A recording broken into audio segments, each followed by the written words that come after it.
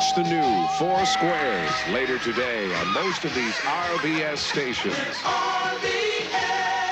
Next, betrayal and remembrance in the continuing saga of love and life in Morningside. Move on up to RBS. We interrupt our regular programming to bring you this special bulletin from RBS News. Good morning. This is Susan Miles in New York. There's a rapidly unfolding situation in Charleston, South Carolina this morning, where an unidentified group is holding 4 hostages on board a ship. Apparently, they are demanding to make a statement live over the RBS network. Megan Barkley is in Charleston and has more on that story. Susan, the situation began approximately 1 hour ago when the Coast Guard attempted to board a vessel that had berthed at the wrong dock. The footage you are about to see was taken by a crew from the RBS affiliate in Charleston, WPIV. This is unedited material. As you'll see, events were happening very rapidly. Charleston docks were quiet today as talks broke down again between longshoremen and the Port Authority. This is quiet, right? Great. Very nice. Thank you. All right. Dock strike, take 4. Charleston docks were quiet today. What's going on here? What's happening here? Trying to get closer, Captain, all right? Come on, let's get closer.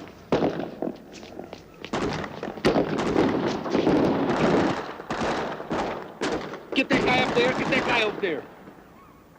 Get that guy in the boat, you got him? You wanna get a little closer, you okay? Come on.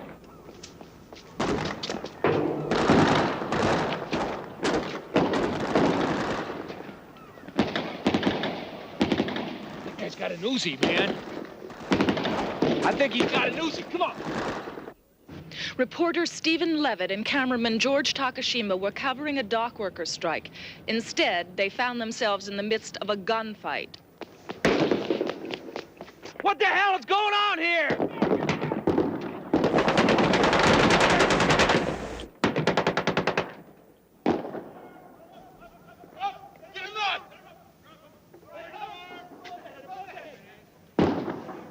That was the last image from Stephen Levitt's camera an hour ago. However, in a bizarre turn to an already bizarre situation, Stephen Levitt was not the only person recording that gunfight. Tourist Leonard Mattleman of Wheeling, West Virginia, was on a sightseeing boat taking pictures of the aircraft carrier Yorktown across the harbor. He heard the shots behind him and focused his Super 8 on what was happening. Mr. Mattleman caught on film what Stephen Levitt couldn't, the appearance of 2 more gunmen on the dock who took Levitt, his cameraman, and the 2 remaining Coast Guardsmen hostage. Mr. Mattleman was flabbergasted at what he saw. When I first saw what looked like a kidnapping, I took the pictures with my camera. And then I just realized that there was all this shooting going on, so I just ducked down. You. Yes. Within minutes, police had closed off the area, and the 3 wounded Coast Guard personnel were taken to area hospitals. The ship, a tugboat named Liberty May, was found to have been leased out of Norfolk, Virginia, 3 days ago by someone named James Lawson. For 30 tense minutes, that's all that was known. Then WPIV, the RBS affiliate in Charleston, received a radio telephone call from Stephen Levitt. I'm allowed to say that I'm being held on the ship. I am unhurt. George is here along with the two Coast Guard personnel. Now they have a demand. What they want is a live feed over RBS. Tell them. All right, I'm being told to say that that if they don't, that they will begin to kill the hostages in 1 hour if they do not receive a live network feed. Okay, that's it. Susan, that's where the situation stands right now. As I said, the call took place 30 minutes ago. Since then, there's been no further contact. I understand there have been discussions with RBS in New York. You'd know more about that than I. Thank you, Meg. We do know more about that now. As you can see, I've been joined by the Dean of RBS News, John Woodley. John, I understand you were a participant in those discussions. Yes, thank you, Susan. I've just come from 25 minutes of meetings between the FBI and representatives of RBS News. Just moments ago, an agent from the FBI's New York Bureau had this to say. Do we have that yet? Now this is right after the meetings. No, the Bureau can't take a position on what they broadcast. We're not censors. Our policy is to save lives wherever possible. This is not the time to go into the ethical questions, and many are raised here involved in giving unrestricted access to the airwaves. The point right now is that lives are being threatened. Now, this group, whoever they are, has proved its seriousness by wounding 3 Coast Guard personnel. The FBI and RBS management feel that, literally, when someone is holding a gun to your head, you do as you're told. And with that disclaimer, we're going back to Meg Barkley with the understanding that the preparations for that live feed are underway. Meg, do you see any sign of that? Susan, a WPIV crew began stringing cable in the direction of the ship a few moments ago, but they seem to have been stopped by several of the police ringing the dock. Meg, it's our understanding that the FBI has spoken with the local police. There they go, John. They're stringing the cable toward the ship. Meg, do you have any information on Steve Levitt? I've met Steve Levitt on several occasions, actually. He's very well thought of. I understand he's 31, he's single, he's a graduate of the University of North Carolina, and he's been a reporter at WPIV for 3 years. I don't know if you can see it, but there's somebody there. There is one, he's coming, I believe this is one of the terrorists. He's still holding an automatic weapon. He's taking the cable, he's taking it onto the ship. He has the cable. I think it'll be a few moments now before the connection is made. John, I have some information about the cameraman, George Takashima. He's 39 years old, is married with 4 children, has won several awards for outstanding camera work, and was a combat photographer during the Vietnam War. Susan, we have some information about one of the Coast Guardsmen. He is at an area hospital. He is in critical condition. So far, he's been undergoing... Excuse me, Meg, we seem to be making contact with the ship. Out on the dock. I believe that was Stephen Levitt, the reporter being held hostage on board the ship in Charleston, South Carolina. Dock in harbor. Sometimes these connections are very difficult to make. My cameraman. Mr. Levitt, this is John Woodley in New York. Can you hear me? John Woodley. John, yes, I can hear you. Yes, this is Stephen Levitt in Charleston. Let me start over, if you may. This morning, while covering a dock strike, my cameraman, George Takashima, and myself witnessed an extraordinary firefight that broke out between Yes, we Coast were Guardsmen able to and the see group that aboard this amazing ship. footage. During Mr. the course Levitt, of that can you tell us- firefight, we were taken hostage and are now being held along with 2 Coast Guardsmen whom I believe you can see them behind me. Susan Miles here. Yes. Are there any injuries aboard the ship? No, Susan, no. There are no injuries aboard the ship. Everybody here is fine. Can you tell us who this group is and what their demands are? I can tell you that the leader of the group is Dr. Bruce Lyman. With him are Dr. David McKeeson, I believe. That's good. Okay. All right, Mr. Lyman. Mr. Woodley, if you don't mind, I'm Bruce Lyman. This is Dr. Dave McKeeson. And with us are Diane Silverman, Jim Seaver, and Frida Barton. Dr. Lyman, you have demanded a live feed over the RBS network as a condition for the release Mr. Woodley. of the hostages. We're going to begin to release the hostages, the Coast Guardsmen, in a few moments, as soon as we have an The Coast Guard hostages. Now, what about Mr. Levitt No, and Mr. Takashima? I'm sorry. We're going to need Mr. Levitt and Mr. Takashima for further communications. Sir, the agreement called for the release of all the hostages. No, Mr. Levitt. No. John Woodley, Dave McKeeson here. The agreement, I believe, called for the release of the hostages, and so we will now, we might do it now. We will now be releasing the Coast Guard hostages, okay? Mr. Levitt and Mr. That's outrageous. No, Mr. Woodley, I can guarantee you that Mr. Levitt, no harm will come to Mr. Levitt or to Mr. Takashima as long as our feed is not interrupted. And what are our options? No, you don't have any, John. We're not discussing that now. Are they around the front?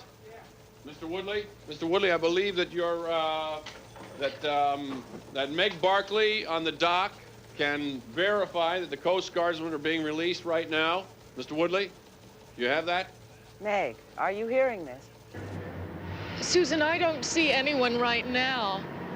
Oh, wait a minute. There are some people, I think there are two Coast Guard personnel coming around the front of the tugboat now, and a van has driven up. It's an emergency response van, a Coast Guard there's one of the terrorists. I think that was the same terrorist we saw earlier. They're being greeted. The two Coast Guardsmen are being released.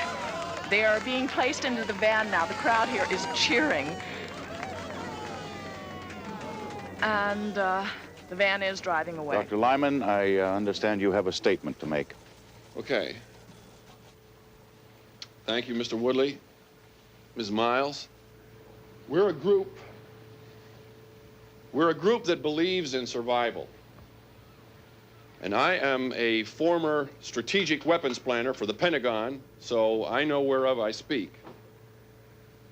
There has been a serious change in the strategic thinking of our leaders. They now believe that they can wage nuclear war. They believe that they will wage nuclear war, and they believe that they'll win it. Now, if that frightens you, that's good. We're here in Charleston today because Charleston is a major staging area for nuclear offense. You have Poseidon submarines, you have Air Force and naval weapons areas, and we think that this is a good place to start. What's happening? Okay, good. Keep an eye on it.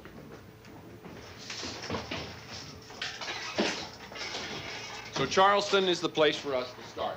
We have a demand. We want the detonating modules from every single nuclear warhead in the Charleston area, and there are 968 of them. We want them delivered to this dock by 4:30 tomorrow afternoon so that we can take them out to sea and destroy them. This is known as unilateral disarmament. It's the first step on a long road.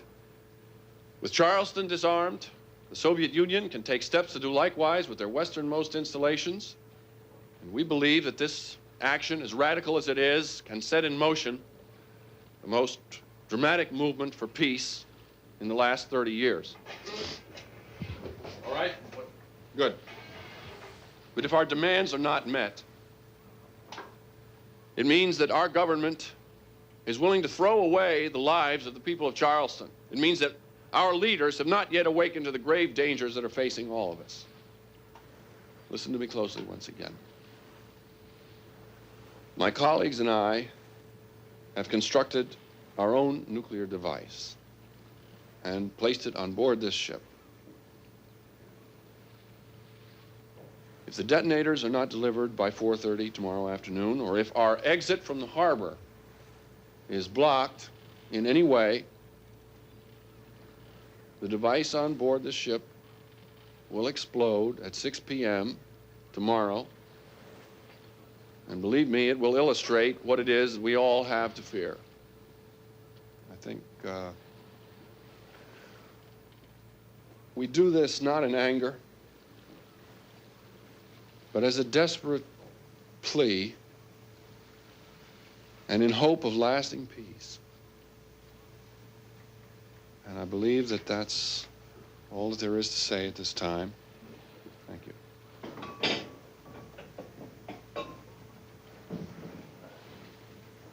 Mr. Levitt, there's nothing more to say at this time, and I want you to cut back to New York, and the authorities are going to have to think about what Charleston is worth to them.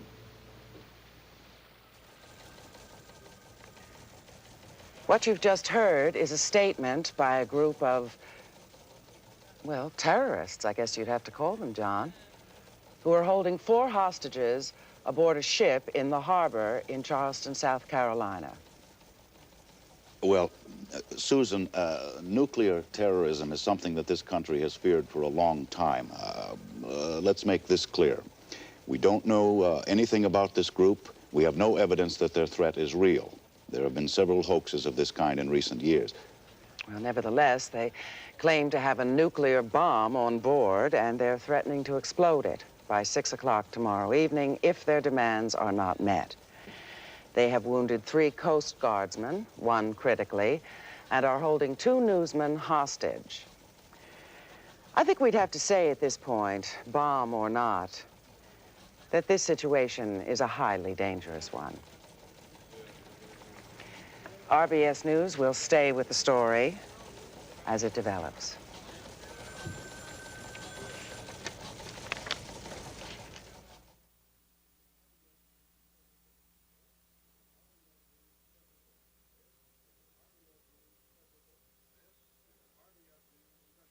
This is an RBS News special bulletin. John, while we wait for this briefing from the Department of Energy, and let's stress once more that there is no indication so far that there is a bomb on board that ship. Presumably, the briefing will address itself to that question. Let's go back to Meg Barkley in Charleston, where a group of terrorists is holding 2 hostages. Meg, have there been any further developments? Excuse me, Susan, there are so many walkie-talkies around here, it's difficult to hear. Are there any further developments in the situation? Susan, as you can see, the major change here is the number of people surrounding the dock and the snipers who have taken up positions in the roof of the warehouse next to us. There has been no activity on the ship, no sign of life whatever, but that has not deterred these hundreds of onlookers. It's curious, really, John. You mentioned the proud nature of the city. There's not been a lot of panic here. Some people did choose to leave, but most simply do not believe there is a threat. Well, we have the Navy here. We have civil defense. I wouldn't leave just because of a few false rumors. We've been here over 200 years. Local historian Dr. Charles Eastman. Well, Charlestonians, I believe, have a little fear of disaster. We've been through many disasters in our several centuries. There have been the Indian Wars. There was the invasion by the British. There was the late unpleasantness with the North. You recall Fort Sumter. Walking into Charleston is like walking into the 19th century. It has perhaps the most aggressive Excuse me, Meg, we're going to have to break away. Leon Patterson is at the Department of Energy with a briefing about to begin. Susan, Walter S. Leteau is the spokesman for the Department of Energy. Apparently, this briefing will center on the... I believe we're about to begin. Ladies and gentlemen, please, I'm going to make a short statement. Regarding the situation in Charleston, South Carolina, the Department of Energy has investigated 85 incidents of this kind since 1974. In no case did the threat turn out to be real. We have no reason to believe that this situation is any different. I repeat, we have no evidence that the group on board that ship has any kind of nuclear device. Why haven't you had any briefings on the other 85? Because in the other incidents, you did not have a television network broadcasting the threat into every living room in America. Well, what about the rumors of an evacuation, sir? We have no plans at this time for evacuation. It is not possible to evacuate every city every time you have a threat like this. What plan do you have? Ladies and gentlemen, please, there are no more questions. Thank you very much. All right, that was Walter S. Leteau, spokesman for the Department of Energy.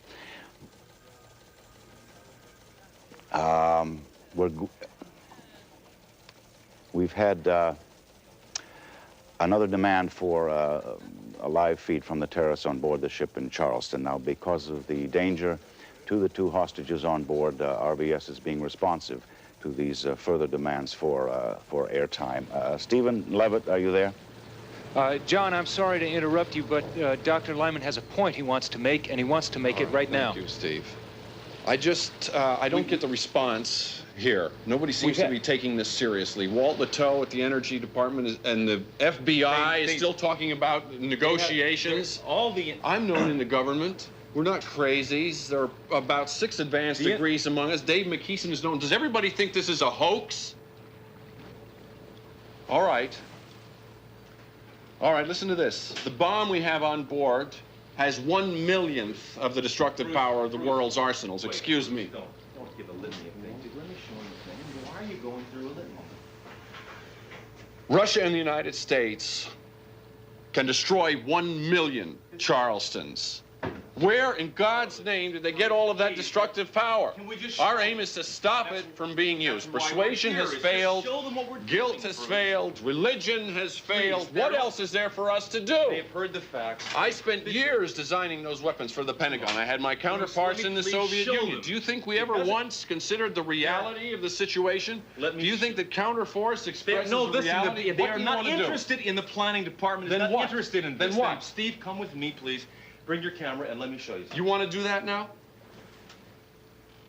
Come on. All right. I'm working up a program on this, and pretty soon you can just run it on the computer, and it'll pretty well predict what people will do. So, but right now, let me just show you. You have enough light? Is there? Can you see? George, you gonna just a second. I think we're all right.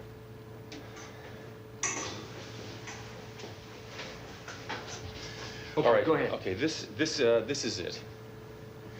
Now, this is an implosion device. For those of you who are interested, this is what took out Nagasaki.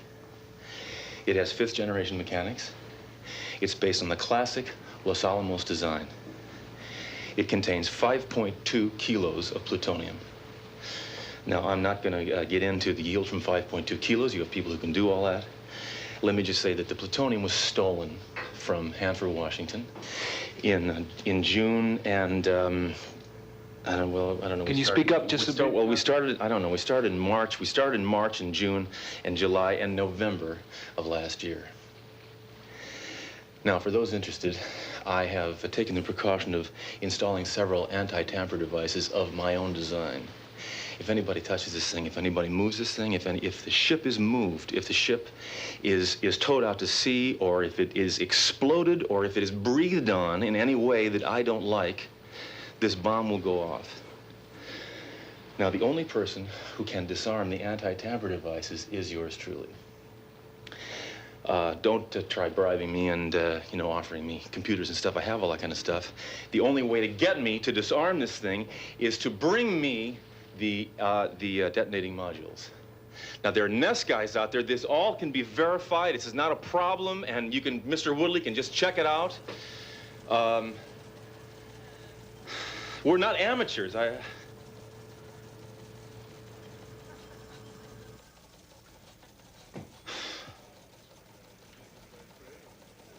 Well, the agreement, such as it was, gave the terrorists a live feed in exchange for the release of the hostages. Now, frankly, I don't think that sort of bargain includes this kind of gratuitous indulgence, if you will. I think I should reiterate, we do not know if their threat is real, and until that's determined, I think we should reserve the right to at least practice some restraint.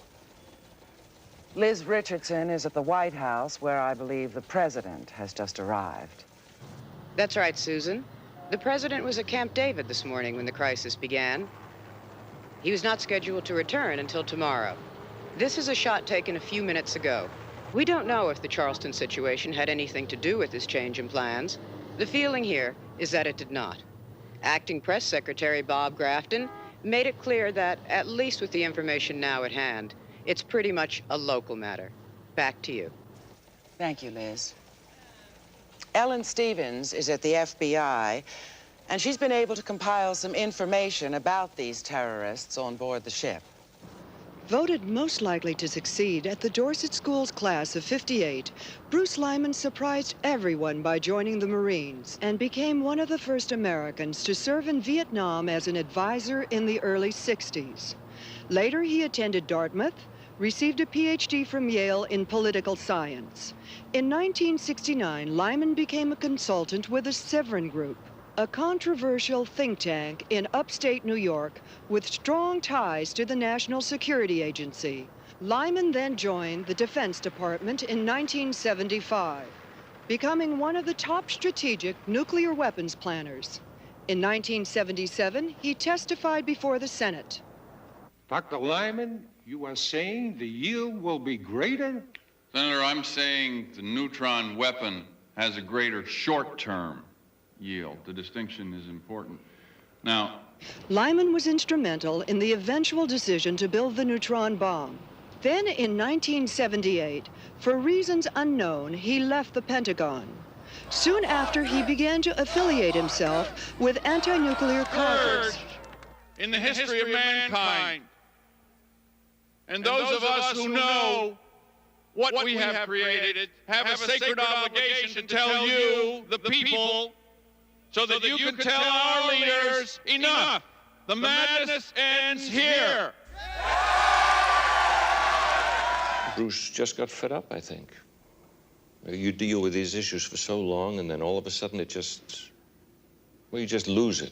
In 1980, Lyman with several others broke into the Sand Island nuclear power plant and poured human blood into the main reactor cooling vents. In the resulting melee, several policemen were injured. Convicted of incitement to riot and assaulting a police officer, in a controversial decision, Lyman was sentenced to 4 years at Attica State Penitentiary, a maximum security prison in upstate New York. He served 14 months before an appeals court overturned the conviction. His parents, who still live in Mamaroneck, New York, had no comments on today's strange developments. David McKeeson, 36 years old, a nuclear physicist, said to be brilliant, a top man in his field. He was fired from the Hanford, Washington nuclear weapons facility last year after taking part in public demonstrations against the MX missile. I mean, you're building weapons that will kill 10 million people in 3 seconds. You have to be really sure you're doing the right thing, that God's on your side. I don't think Dave was ever sure about that. Frida Barton, poet and political activist. In 1968, she received the Whitewood Poetry Prize for her collection entitled In the Shadow of the Dream. A well-known radical during the campus unrest in the 1960s, in recent years she has moved into more extreme forms of expression, joining the Communist Labor Party. Several years ago, she was implicated in the Garthwaite bombing in New York City, when a homemade bomb exploded in a basement townhouse and killed 4 people. She has been underground ever since. Diane Silverman. With no criminal record at all, she is the most unlikely member of the group. RBS has learned that she is a married social worker from Penn Valley, a suburb of Philadelphia. Her husband met with reporters earlier today. She knew Bruce Lyman for a long time, since graduate school. Were they romantically involved? What was the name of the organization? Of course they were not. What was the name of the organization? What do you mean romantically involved? They were students together. James Seaver, the unknown variable. The FBI has been unable to locate any record or history of this last member of the group. Without further identifying characteristics, it may be some time before we know anything about him at all. What brought this group together? Is their threat real? And if it is, where did they get the funds to build it? The FBI has no answers, and no answers either for the biggest question of all. Why? Why would a respected planner and a brilliant scientist threaten to blow up an entire city? This is Ellen Stevens, RBS News. RBS News has just learned that one of the Coast Guardsmen wounded this morning, Mark Harris, has died of his wounds. Harris was hit twice, once in the shoulder and once in the head, and never regained consciousness. Of the other 2 Coast Guard personnel, William Joseph Gregson is in stable condition, and Lyle Freeman has been released with minor injuries. Susan, it's very hard to escape the feeling right now that the ante has been upped considerably by this tragedy. Even if the situation is brought under control, these people on board that ship now will stand trial for murder. I wonder if this will have any impact on their intentions. Maybe Steve Levitt can shed some light on this.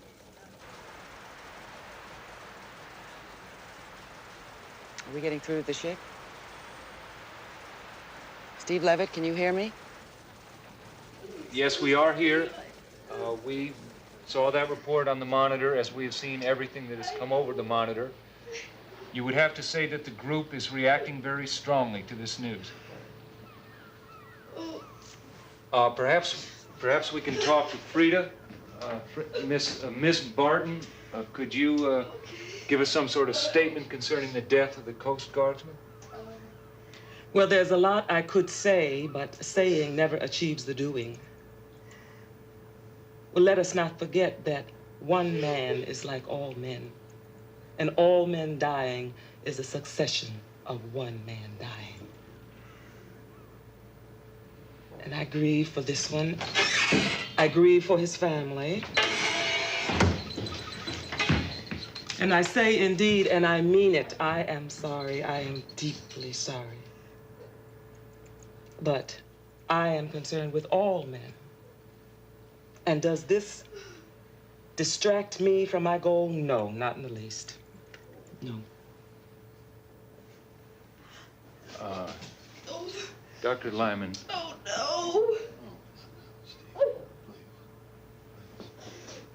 no. Dr. McKeeson. David?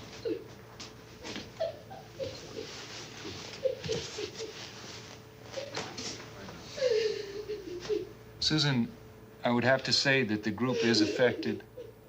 They're just not talking. Excuse me, Stephen, we're going to have to break away. Morton Saunders is at the Capitol with what I believe is something on the stolen plutonium. Morton? John, the tangled halls of the Capitol hardly seem the place to uncover stolen radioactive material, but we'll take our leads where we find them. I'm holding in my hand a confidential memo written by a Senate aide. I can't say who. A memo which confirms that more than 5 kilograms of plutonium were found missing from the Hanford, Washington facility in January of this year. Morton, if I understand you correctly, that's in keeping with Dr. McKeeson's claims of when and where he obtained the plutonium? That's correct, Susan. This in the face of several government denials that any plutonium was missing. Have you gotten any response at all to the memo you're holding? We're expecting that shortly. The off-the-record response has been nothing short of a firestorm.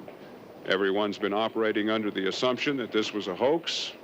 Now they're not so sure. Morton, I'm being told that the White House is going to make an announcement in a very few minutes. Perhaps the mystery will be cleared up. Let's hope so. In the meantime, we're going to speak to 2 gentlemen who might be able to throw some light on this situation. One is Dr. Niels Johansson of the Institute for Energy Research at Princeton in New Jersey, and the other is Dr. Morse Mansfield of the Severin Group in upstate New York. Dr. Mansfield, what about this plutonium? Miss Miles, there's a myth about plutonium security, that the stuff's just lying there waiting for somebody to put it in his pocket. It's just not true. We have inefficiency. Good God, yes. I'd believe Hanford lost the stuff, but I'll be damned if I believe Bruce stole it. Dr. Johansson. Yes, and on the other hand, David McKeeson is one of the 5 or so more intelligent atomic scientists working today. This, I would say, cannot be a good sign, yes? Gentlemen, we'll be going to the White House in just a few moments. This demand for the detonating modules. I don't believe the bomb is real. We're witnessing an extraordinary kind of bluff, a poker move, simple as that. Dave McKeeson discovers 5.2 kilos are missing from Hanford and says he stole them. I'd hate to modalize a retreat on that basis. Dr. Johansson, a few seconds. Morse wishes to play card games with the life of an entire city. Are you asking me if I think the bomb is real? I think David McKeeson is capable of it. Yes. Thank you, gentlemen. We're going to have to break away. Robert Grafton, the acting presidential press secretary, is about to make a statement from the White House. The president has asked me to make an announcement. We're not going to take any questions. To our knowledge, I want to make this clear. To our knowledge, there is no evidence that the threat in Charleston has any substance whatsoever. It is a cruel and irresponsible affront to the citizens of that great city and to everyone who calls himself an American. Now, in the interest of public safety, to ensure order and calm, the president is ordering the limited evacuation of the Charleston area. step. He is taking this step to assure the people of Charleston that everything possible is being done. The evacuation will be handled under federal emergency guidelines. We'll have further briefings as the situation resolves itself. Thank you. That was acting Presidential Press Secretary Bob Grafton announcing a limited evacuation of the Charleston area. Susan, it's impossible for them not to realize the effect this announcement will have. Well, he took great pains to make it clear that there's no evidence that the bomb is real. It's also significant what he didn't say. He didn't say there was no nuclear material on that ship. I presume that's something that can be determined. Nor did he mention the missing plutonium, whether to confirm it or deny it. I suppose if we need evidence that their threat has substance, we'd have to go aboard that ship and have a look for ourselves. Short of that, I think we have to ask ourselves, what does the government know that would suddenly make it change its course and order the unprecedented evacuation of an entire city? RBS News coverage of the events of this extraordinary day will continue.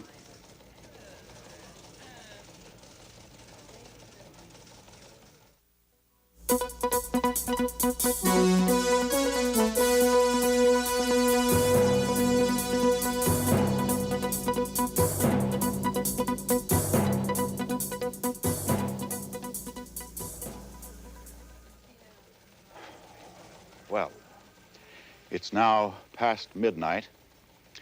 If you've been with us throughout the evening, you'll remember the announcement heard earlier. Some of the most ominous words in American history, when nuclear terrorism leapt from the pages of literature into stark reality.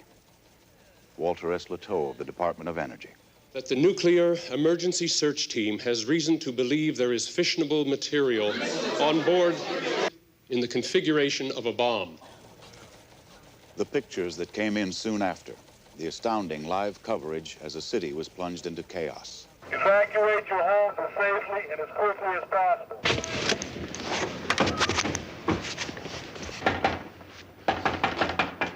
Ma'am, we're evacuating this part of the city. If you get your valuables and your possessions... A nightmare come true.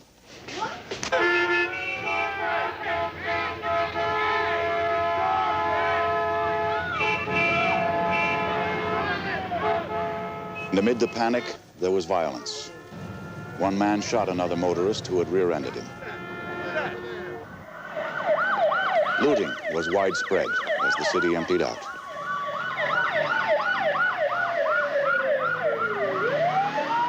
And many of those who tried to leave found themselves blocked at every turn. In a scene that reminded many of the refugees from Poland in 1939, thousands of people were forced to carry their belongings out of the city on foot, dragging wheelbarrows, hand carts. It continued throughout the night. Bernard Frost was there. The Federal Disaster Control Agency had a plan for the evacuation of Charleston, but it proved to be totally inadequate. There's no reason for panic at this time. Just calm down. I've already made a... The plan, copies of which have been obtained by RBS News, did not account for possible interruptions of the traffic flow. Not even stalled cars or flat tires. Within a half hour, there were many of both. Outside the city, hospitals and high schools were quickly converted into evacuation centers. But shortages of space and supplies soon became critical. National Guard troops were brought in to keep order. The sense of shock is mounting. In the hundreds of evacuation centers around the area, there is a mood of helplessness and anger. Anger at authorities who seem unable to cope with the level of chaos, but most of all, anger at a small group on a ship in Charleston Harbor. I think they're crazy, I really do. I mean, what kind of people would do that to a whole city? Bernard Frost, RBS News, outside of Charleston.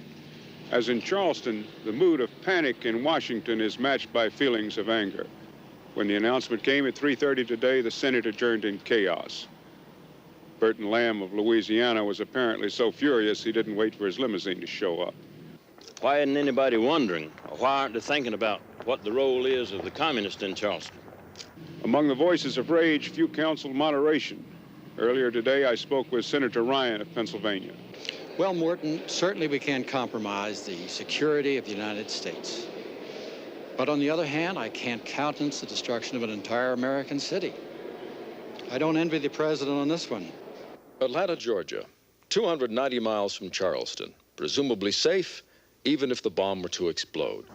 But you wouldn't know it from the citizens of Atlanta. I heard there was one close by here, too. By noon, the police department had logged 15 nuclear extortion threats. They're all hoaxes, but the government wants to check them out anyway. Atlanta's experience was repeated around the country. Washington, 8 extortion calls. St. Louis, 6. New York, 67. Yeah, it really makes them come out of the woodwork, doesn't it? In Philadelphia, as in other cities, churches and synagogues were filled to capacity as people try to find comfort. Observers say nothing has touched the American nerve like this since John Kennedy was assassinated. That feeling of helplessness and dread, the knowing that it could happen anywhere. It almost happened here at the Washington Monument not long ago, when a man claiming to have 1,000 pounds of explosives threatened to blow up the monument. The difference is Norman Maier had no explosives. Bruce Lyman does, of a much more threatening kind. That difference may yet rock the very foundations of our country. Terrorism has reached the atomic age. As this difficult, frightening day draws to a close, there is one subject we can't avoid discussing, and that is the horrible consequences for Charleston if, in the worst of all situations, the device on board the ship should explode. RBS science correspondent Arlen Serry reports. Charleston, South Carolina, one of America's most beautiful cities, with an international arts festival, a strong preservation program, in many ways a secret city, untouched by time. While the city guarded its past, just up the river developed one of the nation's major nuclear weapons staging areas. Any ironclads cruising past the Charleston docks today are likely to be Poseidon submarines. This is the city that is threatened today. In many ways, a study in contrasts. RBS News, with the help of the MIT Physics Department, has prepared the following computer simulation of what might take place were the bomb to explode less than 17 hours from now. At ground zero, 0 hour, the fireball would begin. Its projected yield would be roughly equivalent to the bomb dropped on Hiroshima on August 6, 1945. Initial temperatures reach 10 million degrees. A heat pulse is traveling at the speed of light in all directions. Even a mile away, someone standing in direct line of the blast would be instantly burned to death. I was coming around the corner. There was this beautiful light. Then the burning came. My sister was ahead of me. I turned the corner. She wasn't there anymore. At ground zero, a crater has formed 100 yards in diameter and 50 yards deep.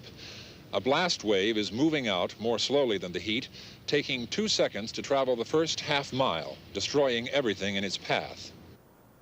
Beyond the first half mile, for another mile and a half, any building short of reinforced concrete would be severely damaged by the blast or destroyed in the firestorms that usually accompany nuclear detonations. National landmarks like Fort Sumter would be almost completely destroyed.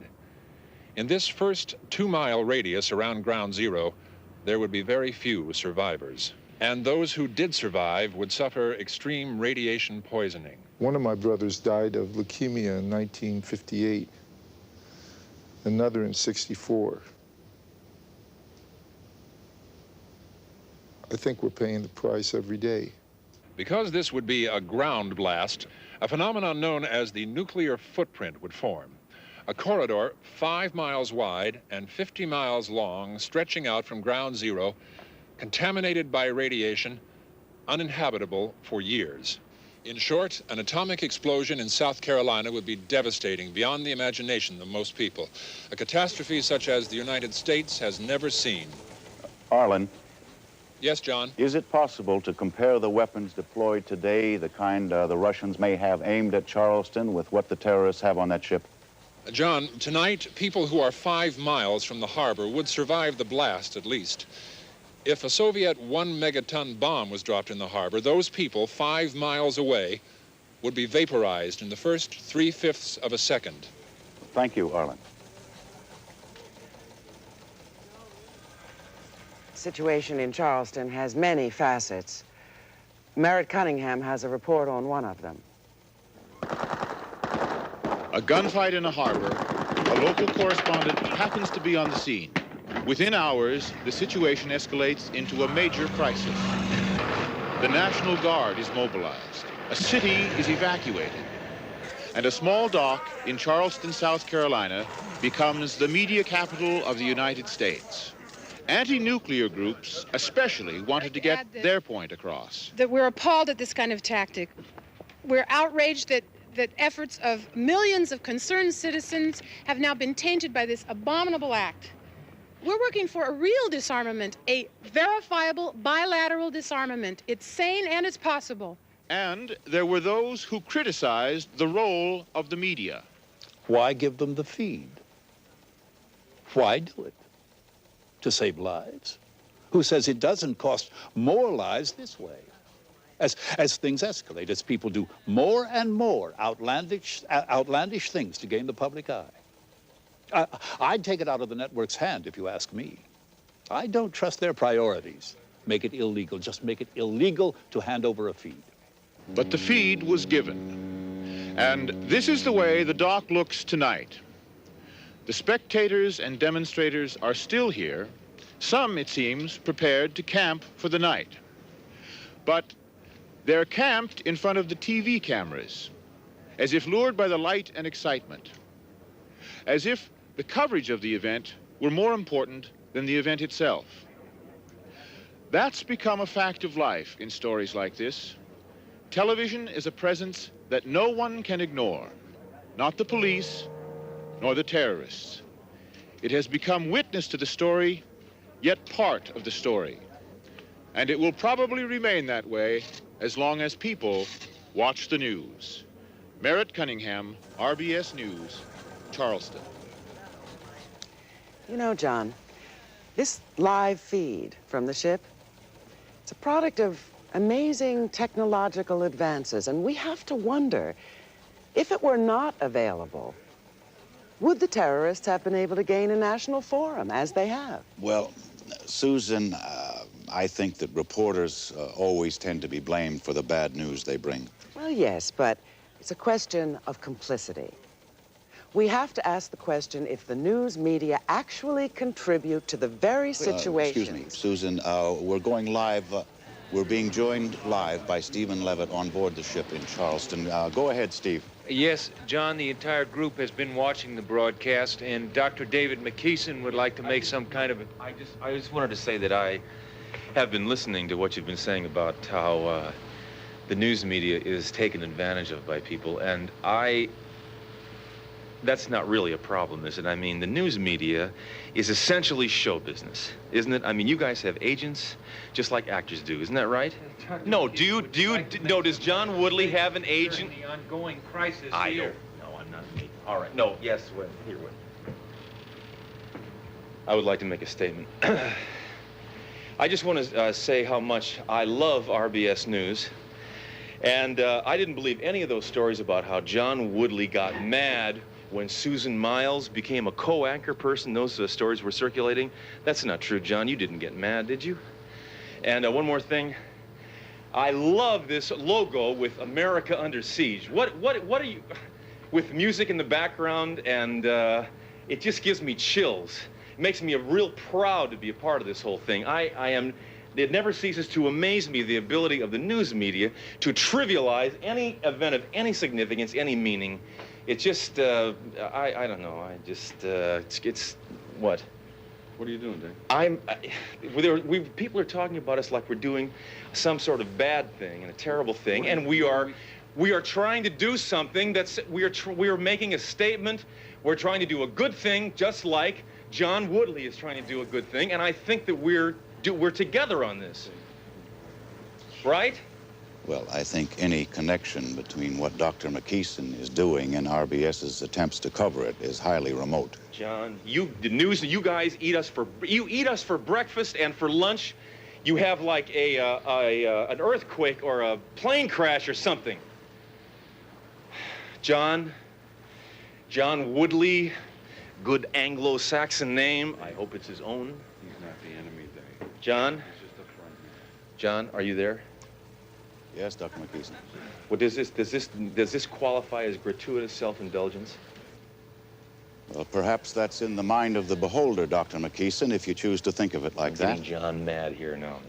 Don't mean to get John mad. See, I'm just trying to improve your rating points. You think this is about ratings? John, okay, John, you tell me. Look, here's what you do. I want you to call up NBC, call up CBS, and get them on the line, and you tell them that there's a story here that you don't want to cover anymore. This will show me then. There's a story you don't want to cover. Take Steve out of here. Steve has really doing a great job, and I know that if he stayed here, his career would be made with RBS. But if it doesn't mean, rating points don't mean anything to you, then what I want you to do is cut me off. Just pull the plug. I mean, if you're so righteous, if it doesn't matter to you that the entire country is tuned to RBS for exclusive coverage, we'll just end it. I mean, NBC would kill its mother for this footage. Any of them would. So, but if it doesn't matter to you, fine, then cut it off. I would like to see RBS willingly give up exclusive coverage. This would be interesting. Let's see it.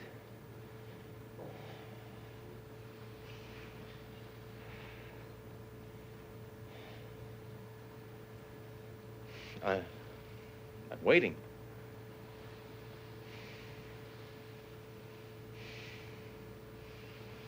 Well, I guess we all know where we stand, don't we?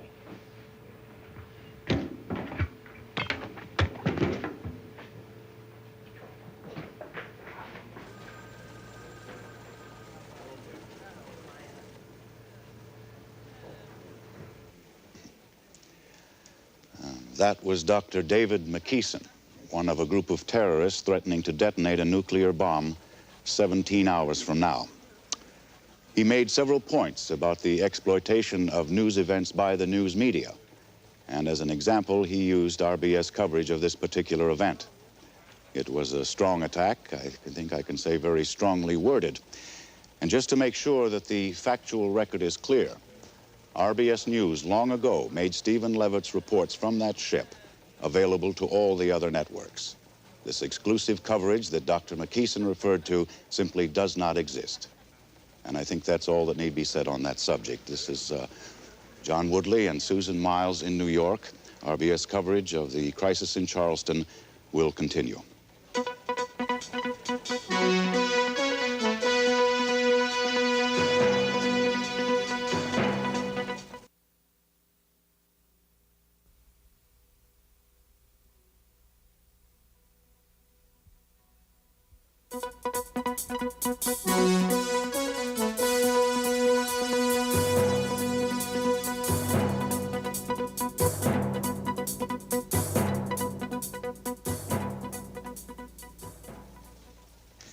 Good morning. This is Susan Miles and John Woodley in New York on this, the second morning of a crisis that has riveted the attention of the world.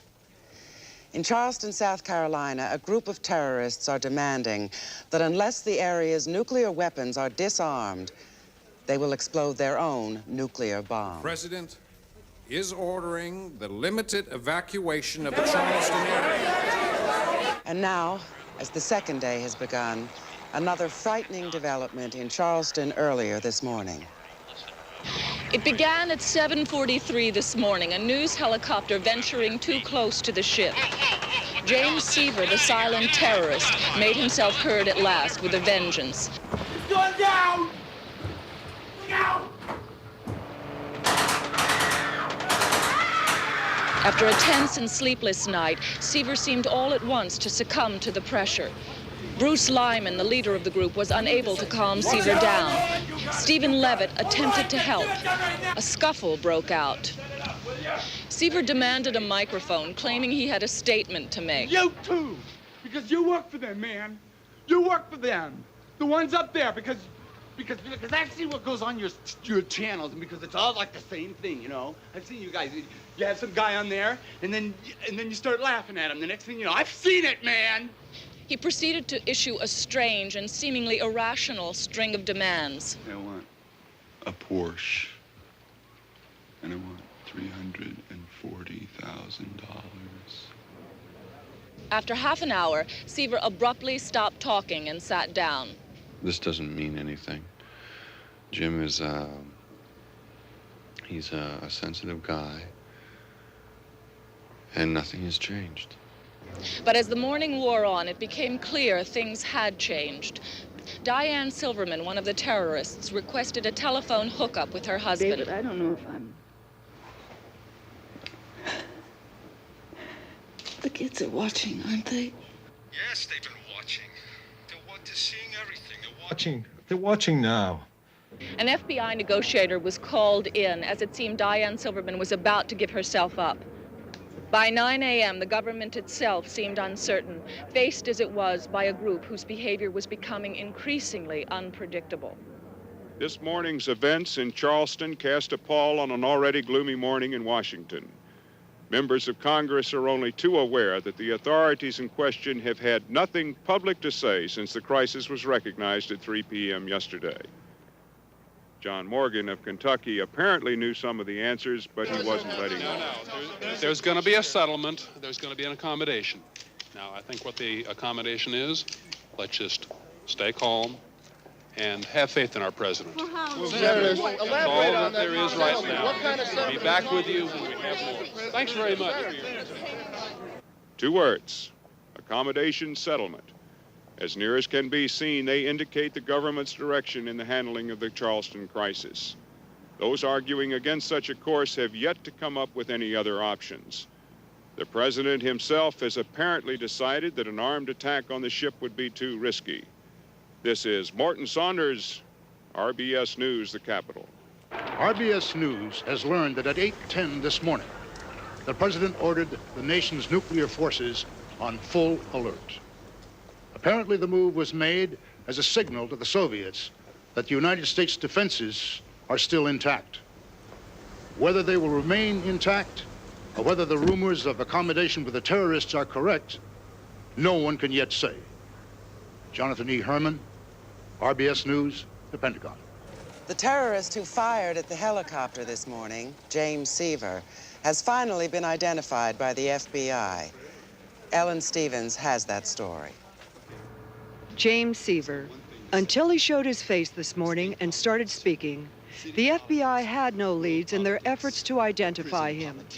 Then at 9 o'clock this morning, the FBI received a phone call from local authorities in Elmira, New York. James Seaver was recognized as the man convicted in 1971 of wounding bank teller Martha Verona during a robbery that was photographed by security cameras. Under his real name, James Anthony Stromer, Seaver had been sentenced to 25 years at Attica State Penitentiary. Stromer was still at Attica in 1979 when Bruce Lyman served 14 months for incitement to riot and assault. Ex-cellmate Jimmy Lennox. That guy is a walking psycho ward. That's about the best way I could put it. He's a nut. Ellen Stevens, RBS News, the J. Edgar Hoover Building. There are about 140,000 people now in evacuation centers and private homes outside of Charleston. Bernard Frost reports on the conditions there. The problems for those who have left have been staggering. Not enough food, not enough clothes, not enough medicine. After 19 hours of evacuation, the situation in many centers is critical. Families are still separated. I tried to get in touch with the school to find out what happened, but they can't tell me anything. They were put on buses and hauled away, but I don't know where. How are we going to feed 150,000 people? But the federal government has been bringing in supplies around the clock from all across the country. This rock is Jesus. And Indeed, amid all the suffering and panic, not all the emotions have been negative. The evacuation centers have been witness to sometimes amazing examples of humanity and self-sacrifice. People giving up food for others. People giving up clothing so that others will not be cold. Indeed, those who feared that this crisis would bring about a general breakdown of society have been proven resoundingly incorrect. And grip their soul, If there's a message to be found, something about the resilience of the human spirit, this must be it. Bernard Frost, RBS News, at the Cali Junior High School. Some residents of Charleston have expressed a Excuse me, I'm being told that we're going back to the ship now, perhaps for a clarification as to whether Diane Silverman is giving herself up to the FBI. Steve Levitt. What? Our agreement that says this maximum dose round demonstration. What am I doing? Throwing up my guts for 17 days. Yes, Susan. Susan, I'm sorry. It's very hard to hear you right now. Is What? Diane Silverman still speaking with the FBI? No, she's not. She's staying.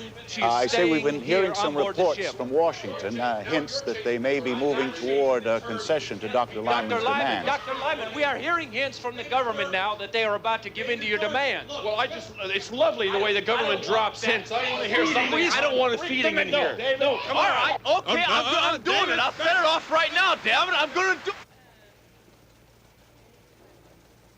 We've just heard Dr. McKeeson apparently threatening to detonate the nuclear device. I don't think I'm exaggerating when I say that the situation on board that ship is deteriorating rapidly. As the time of their deadline runs out, whatever intention they may have had, whatever message they may have wanted to get across, at this point, is totally lost. This is Susan Miles with John Woodley. RBS News coverage of the crisis in Charleston will continue.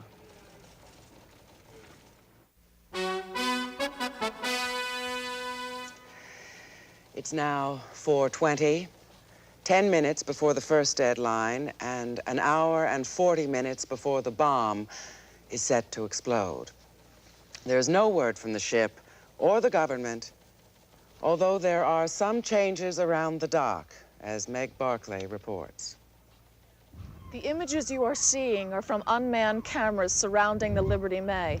Within the last half hour after the exchange of gunfire, all the demonstrators, spectators, media personnel, all mobile units were moved back a safe distance from the ship. The RBS control position is now on the aircraft carrier Yorktown, which has a permanent berth as a floating museum across the harbor from the tugboat. Meg, what is the distance? How far are you from the Liberty May?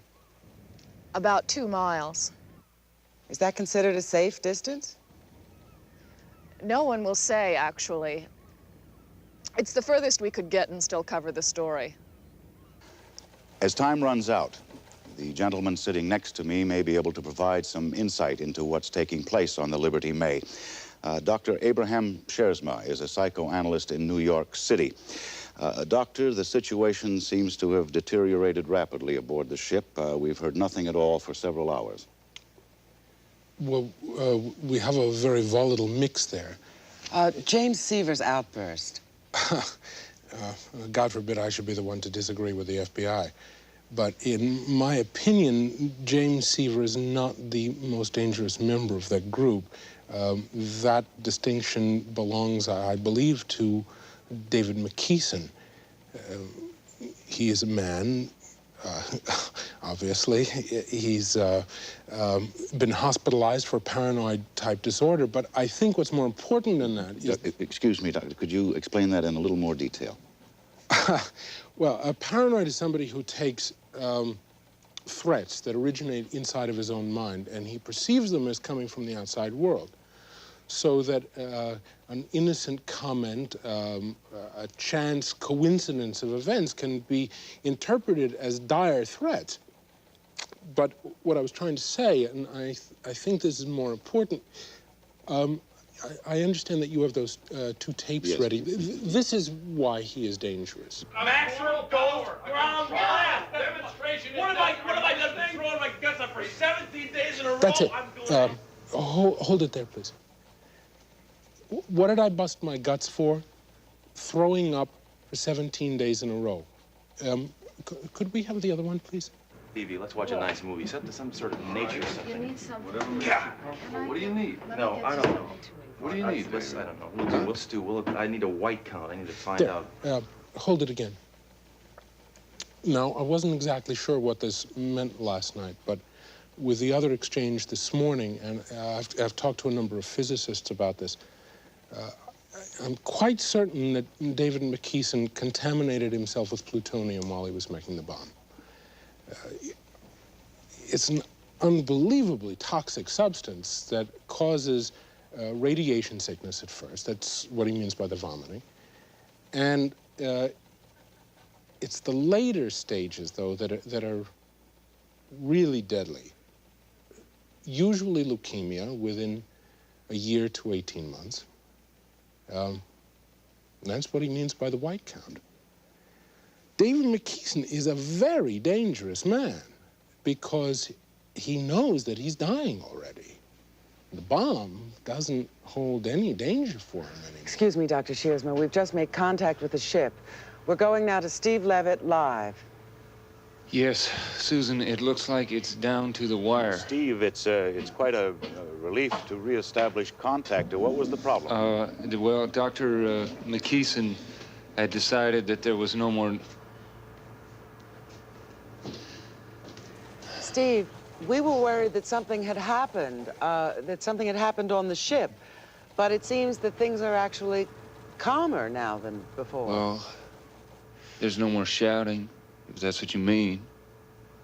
But considering that it is 4:25 and there has still been no response, I could hardly describe things here as calm. Does anyone have anything they want to say?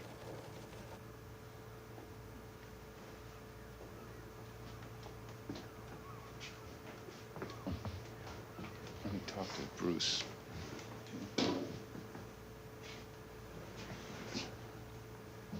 Dr. Lyman. Yeah. Well, they're psychoanalyzing us. It's kind of neat. 5 minutes to go and they're psychoanalyzing us.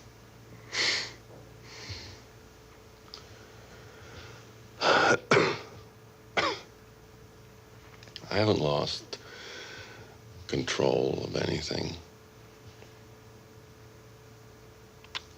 I never had it. But this group knows exactly what it came here to do. And we haven't wavered. My God, why don't you analyze a government, the most powerful government on earth, that sits and does nothing for 24 hours, and then ask yourselves who the real terrorists are? Excuse me. Well, we're seeing exhaustion take its toll, John. Complicating a situation that's already, complicated enough. Yes, indeed it is, and we have to wonder if... I've just been handed this. I understand we're going to Morton Saunders at the Capitol right now. Morton? I can now say with almost complete assurance that the government is going to accede to the terrorist demands. I've had this story confirmed by the Department of Energy, the Senate, the FBI, and the White House. Just moments ago, Senator Lackland of Wyoming had this to say. The government never gives in. The government accommodates. What about the demand? I have no other statement. This from a man who last month said that execution was too mild a form of punishment for terrorism. John, I think we're going to see events move very quickly now. Morton, I'm being told that we have Jonathan Herman at the Pentagon. Perhaps he can substantiate it as well. Jonathan, are you there? John, reports that... John... I'm having difficulty hearing you, Jonathan. 25 minutes now. Can you hear us? John, reports that the government is giving in have been circulating in the Pentagon for about 25 minutes now, and everyone I've talked to has denied it. For the Defense Department to accede to the terrorist demands would entail large crews working feverishly all around the Charleston area. I can tell you almost unequivocally that no such large-scale activity has been seen. Now, I know that Morton has confirmation from White House and DOE, but I must tell you there is none here. Thank you, Jonathan Herman.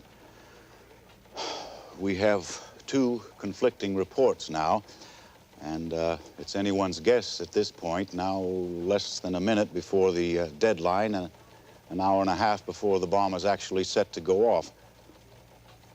John, it would seem likely that in spite of what Jonathan Herman says, that the government will accede to the demands. Well, Susan, on the other hand, it's been the long-standing reasoning of the Israelis never to negotiate with terrorists. And they've had a lot more experience with this sort of thing than we have. Time is running out. 12 seconds. 8 seconds. I don't see what could happen now. 3 seconds.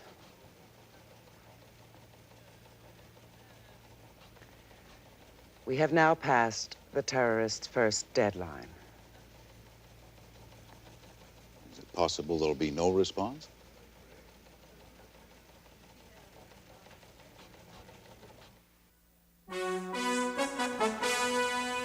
It's now 4:31 and some seconds.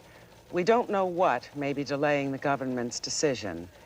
We have now passed the terrorists' first deadline, the one they felt would give them enough time to take the detonators out to sea and destroy them. As for the bomb itself... Excuse me, Susan, we're going to the White House right now, where a briefing is about to begin. Authorized the removal of 968 computerized detonating modules from the strategic nuclear warheads based in the Charleston, South Carolina area. These modules have been removed from their warheads and are now on their way to the tugboat Liberty May. There, they will be loaded onto the ship. When the loading is complete, the ship will be allowed to move out to sea. Neither the loading nor the exit from the harbor will be impeded. Signed, the President of the United States. Thank you. We may at least be seeing the end of the drama in Charleston. We'll go now to the ship for a reaction from the terrorists. Dr. Lyman, it looks as though you have succeeded. It's hard to tell. We may have won. I don't know. The signs are auspicious, but we're going to have to see those trucks coming here before we start singing any hosannas. Jim, take a look from the bridge. Grafton, he's an inveterate liar. He is an incurable liar. We won. He's never believed him before. Frida, yes? We won. It doesn't matter whether the detonators come or not. We put our case before the American people. We won. John, have we got any confirmation of the trucks coming down now? We had a report not 5. Meg Barkley, can she see the trucks? Can we get some confirmation that the trucks are indeed coming down? Steve, I can't see anything right now. I'm going to look at the monitors from the unmanned cameras. I should be able to see the trucks when they get to be about 100 yards, maybe even 200 yards from your position, but I can't see anything right now. While we're waiting, let's go back to the Capitol and Morton Saunders. After all, he was the one who went with the story before anyone else. Well, Mort, first the plutonium and now this, batting 1,000. Thank you, John. I can now say, now that the announcement has been made, that the government reached John, its I think I see the decision trucks. approximately 45 minutes. Yes, I definitely see the trucks. I'm seeing a convoy of trucks. They're beginning to arrive right Meg, now. We're going back inside the ship for... We did it!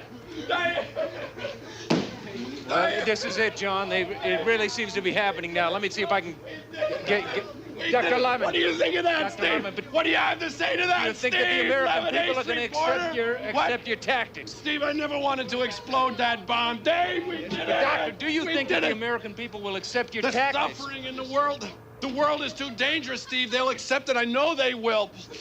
God, thank God. Excuse me. God bless the United States.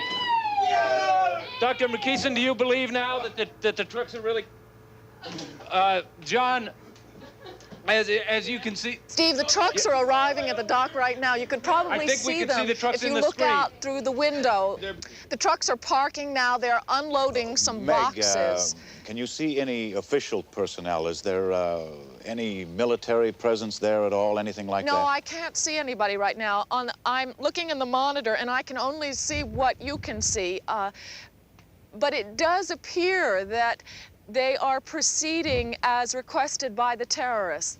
Oh, look at that. Look at that. It's a great day. Great day. Great. The picture went out. Steve, what is going on here? What's going on? There's no picture. I don't know. Steve, what is going on? I don't know what's going on. Come on, come on. Maybe somebody stepped on the wire. Nobody stepped on the wire. George, Nobody stepped on the damn thing. Now, what's going on here? Step on the wire, George. Steve, I don't know what's going on. Nobody touched anything. Somebody touched the wire. What's going on? Steve, what's going on Wait. out there? New York, see this? What do you see out there? What there? John. All right, Steve, John. John, we have no picture here on the monitor, John. They've had a power failure in a transmitter at WPIV. Steve, there's nothing intentional here. Every television... Why don't you tell that to Dr. Lyman, because he can't hear anything over the monitor now. Dr. Lyman, we understand there's been a power failure in a transmitter in North Charleston. What? It has nothing to do whatsoever with what you're seeing on the dock. What? Every television in Charleston is off the air. What? They say there's been a power failure. No, there's not a power. They're having a power failure right now. They're still unloading out there. Well, get ahead. Go up there and see what's going on the bridge. What's going on? Come on. Oh, my God. I'm telling you. Oh, my God, those are troops. Give me that. Give me that.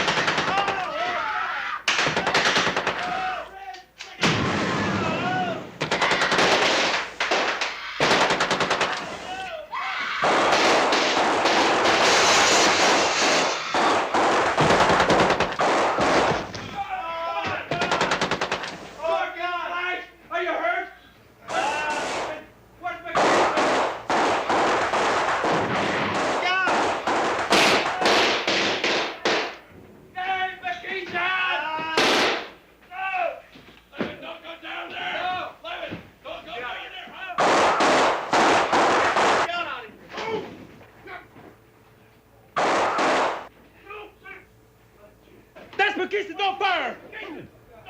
Don't come down here. Don't come down here. Don't panic, man. Don't come down here. I'm telling you, don't come down here. Take it easy, all right? No. Don't come down here. Take it easy, man. All right, I'll do it. Don't do it. See, Dad, I'm the reporter.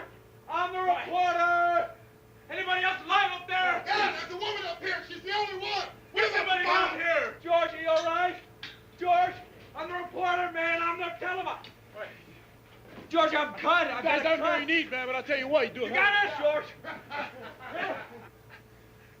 We got the bomb, man. We got it. It's all right.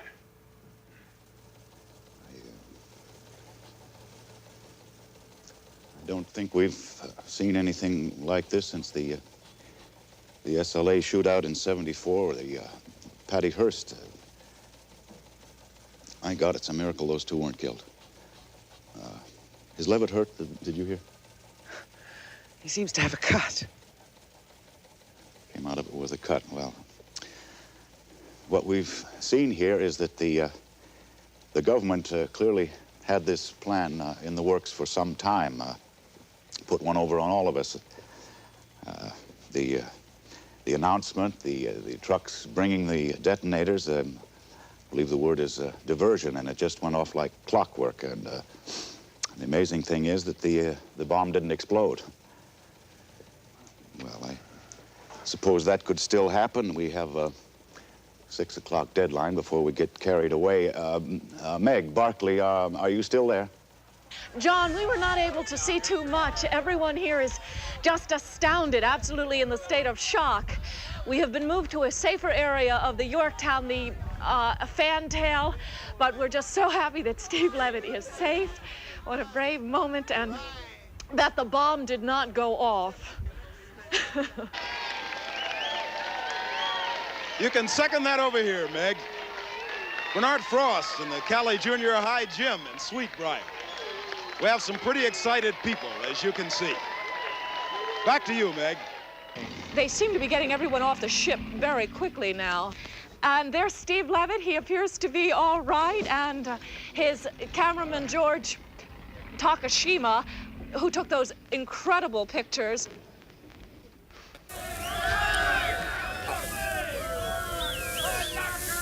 We're seeing the picture from George Takashima's camera. Steve, can you hear me? Yeah, John? Steve, yes, you're John? all right. Well, John, we're all a bit dazed right now. I have a little cut. It's nothing serious. John, I never thought I'd walk off that ship.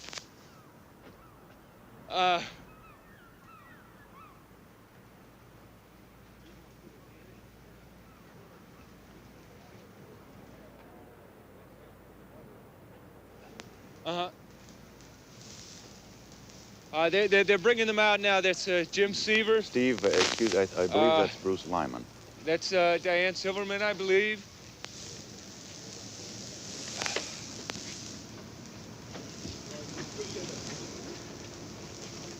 There's Jim Seaver there. He's coming out now.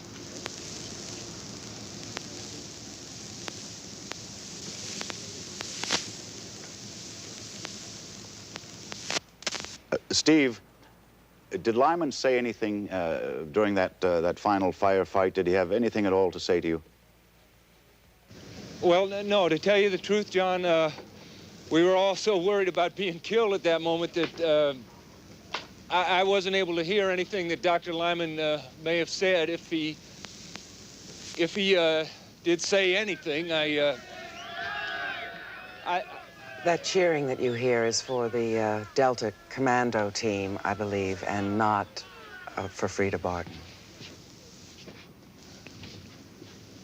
Frida Barton is now being taken away by the Charleston police. Thank you, gentlemen. Thank you. Thank you. Have one on me, all right? Steve Levitt and George Takashima are safely off the ship. The authorities have taken over. All that remains now is for the Nest team to begin disarming the bomb. Steve. John, the Nest team is now approaching the ship. They're going inside the ship now. What we're seeing now are members of the Nuclear Emergency Search Team. This is a highly classified group. They've been organized, I think, 10 years or so. They're in a constant state of preparedness to deal with anything concerning nuclear contamination. Considering it's now just before 5, and the bomb, as far as we know, is set to go off at 6, they certainly have their work cut out for them. We try to avoid words like courage and human spirit. I think as we watch these men board the ship, knowing the responsibility lies solely on their shoulders, those are the only words that come to mind. RBS coverage of the crisis in Charleston will continue.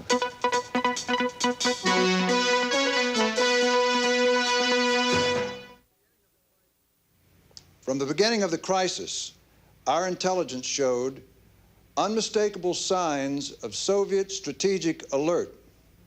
It was impossible to consider even for one moment, the weakening of defenses on the southeastern seaboard of the United States, not when we had a feasible plan for securing the ship.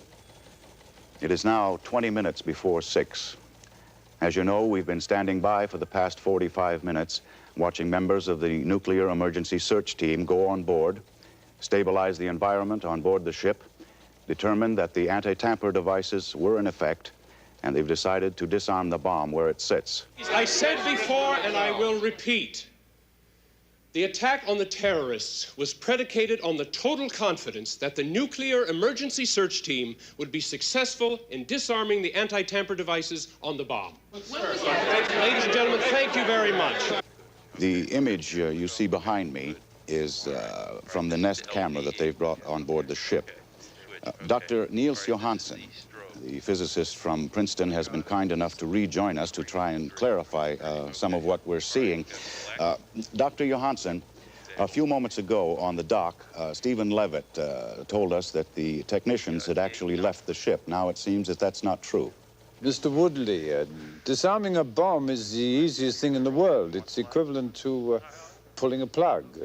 The problem here is getting to the plug. Dr. McKeeson has set up so many fail-safe devices, so many anti-tamper devices, double-blind devices, that the experts have spent the last 35 minutes just trying to get through them.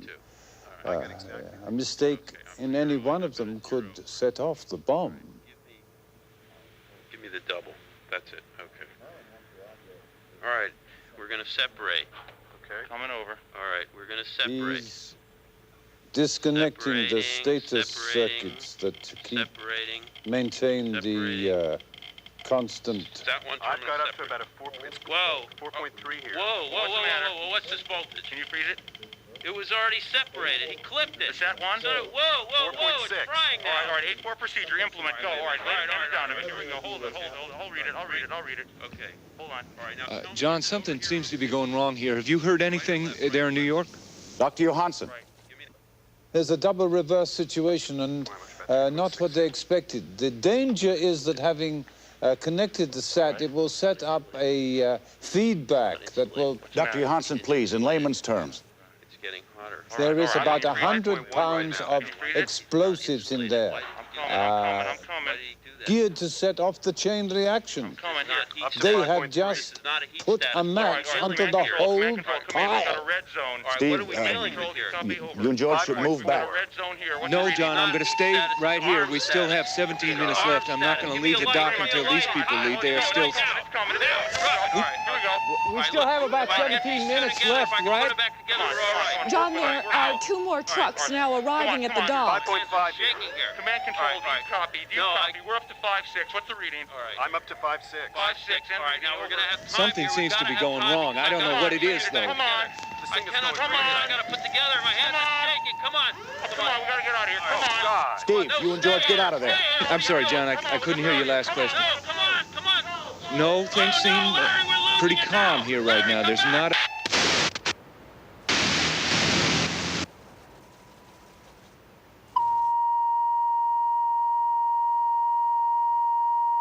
Oh, somebody get me some information, damn it! The hell is this?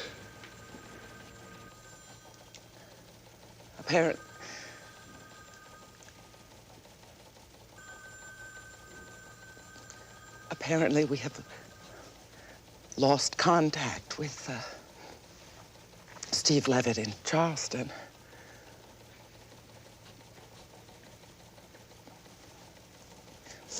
It is possible that there's been some kind of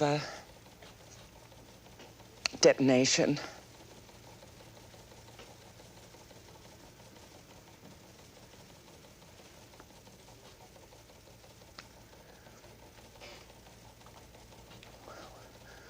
We're awaiting further details.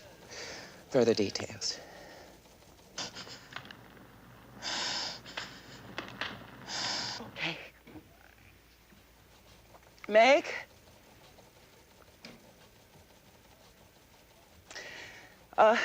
Barkley, we have Meg Barkley in Charleston. Can you, Stuart? Meg? Can somebody help?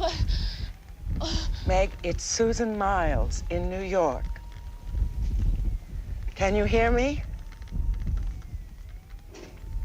You're there? Yes, Meg.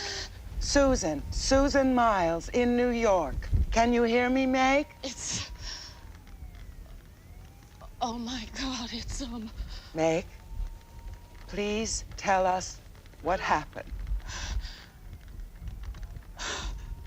We saw it. Didn't you see it? Look. Look. Meg, come back. Look. Just look at it. It's on fire. Everything's on fire. Oh, my God. They told us. They did tell us if it happens, you know, nobody took it. I mean, I didn't take it seriously. If it happens, don't look at it. Somebody said that once, so I threw myself down, and Bobby didn't, and he's dead.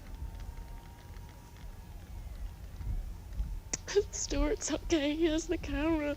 He's okay. I'm all right. I have this,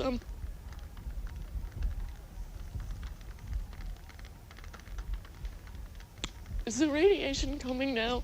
Does anybody know that? I mean, are we hurt? Are we gonna die?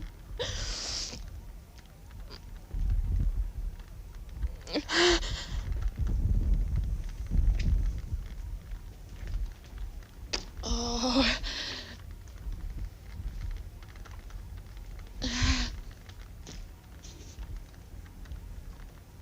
There's some glass here.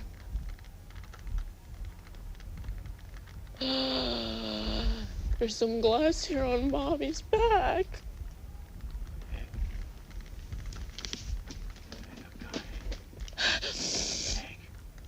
What?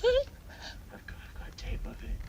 Got it on tape. Stuart says he has a... He says he has a tape of...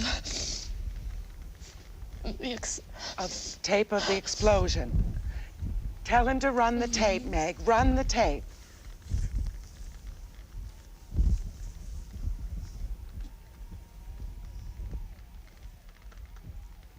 They want you to run it.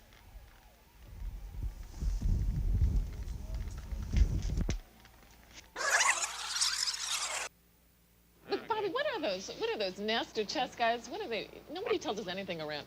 Hey, Stuart, can you see what's going on?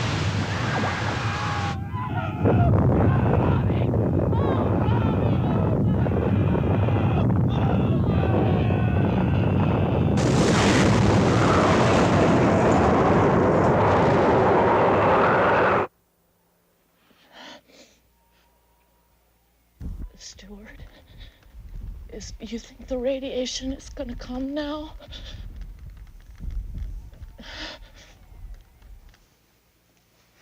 John,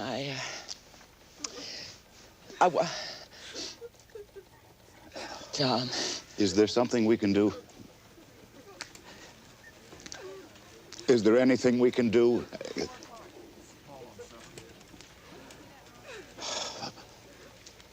There's got to be something we can do. Now, someone figure out what we're supposed to do.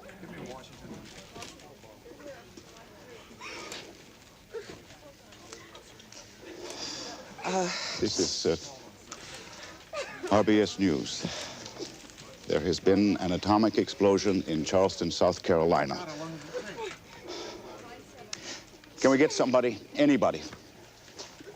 Herman at the Pentagon.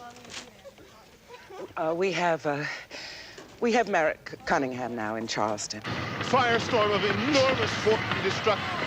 The most unbearable people are, oh my God, this is terrible. I can't describe what's going on. Some of these people, it burns. It's just utter fear and confusion. Panic is, I can't go on.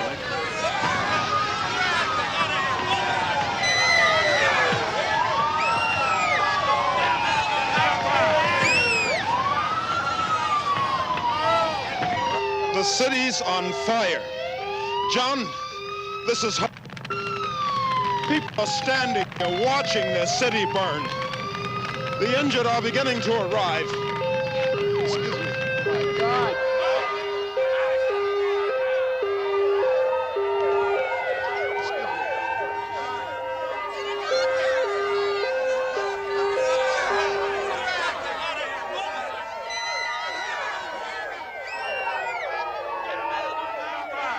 Oh, my God. 4 years of and I've never seen anything like it. It's incredible. People are burned beyond recognition. They're trying to help out. I don't know what. We're going to the White House now. The White House briefing room. Robert Grafton.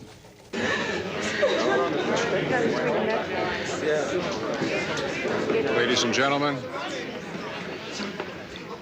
we have just received word from Charleston, South Carolina, that a nuclear detonation of undetermined magnitude has just taken place a few moments ago. We don't know anything else, except that damage and injuries are expected to be extensive. The Army is already airlifting support to the area. I'm not going to say any more at this time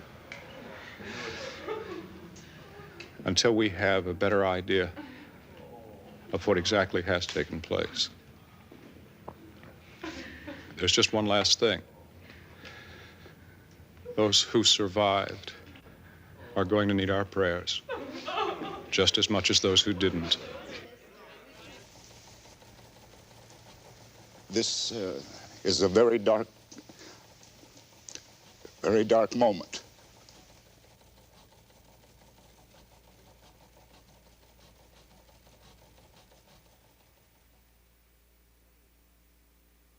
Good evening. This is Newswatch. Emergency efforts continue in Charleston, South Carolina, where 3 days ago an atomic explosion destroyed the heart of the city. Estimated at a yield of 23,000 tons of TNT, the blast was seen and heard up to 400 miles away and created a firestorm that is still burning in several areas. Due to earlier evacuation, the number of dead is estimated at less than 2,000. But at last count, there were more than 25,000 injured. Many of those are burned and have been flown to hospitals around the country for treatment. But altogether, the burn care centers in the United States have only 2,400 beds, less than half the number needed for the victims of the Charleston blast. Because of onshore winds spreading fallout west of the city, 250,000 more people have been evacuated from outlying areas. In all, 500,000 are homeless. Scientists estimate that it may be years before the region is safe to reoccupy. Trauma care centers are being set up to care for survivors, many of whom are physically uninjured, but suffering from shock and delayed stress. Authorities are also caring for hundreds of children who are either orphaned or cannot find their parents. Counselors tell of recurring nightmares and shock. One child of 9 apparently committed suicide. After 3 days, the shock seems to be just setting in. Early talk of rebuilding has been forgotten in the wake of radiation estimates. Hundreds of thousands of refugees face the prospect of starting new lives elsewhere in an already depressed economy. As for Charleston itself, the city of gardens and narrow streets and beautiful old houses, that city is gone forever. A new city may someday grow there years from now, or it may remain a desert. Whichever, the staggering loss of what once was can never be eradicated. In other news, more riots in Poland today as demonstrators clashed with police over working conditions at the Gdansk shipyards. Reports indicate at least 27 injured. The World Bank met in emergency session today, stirring fears of international panic in the wake of yesterday's surprise default by Peru on a $27 billion loan. I'm Susan Miles. More news later on most of these RBS stations. Good night.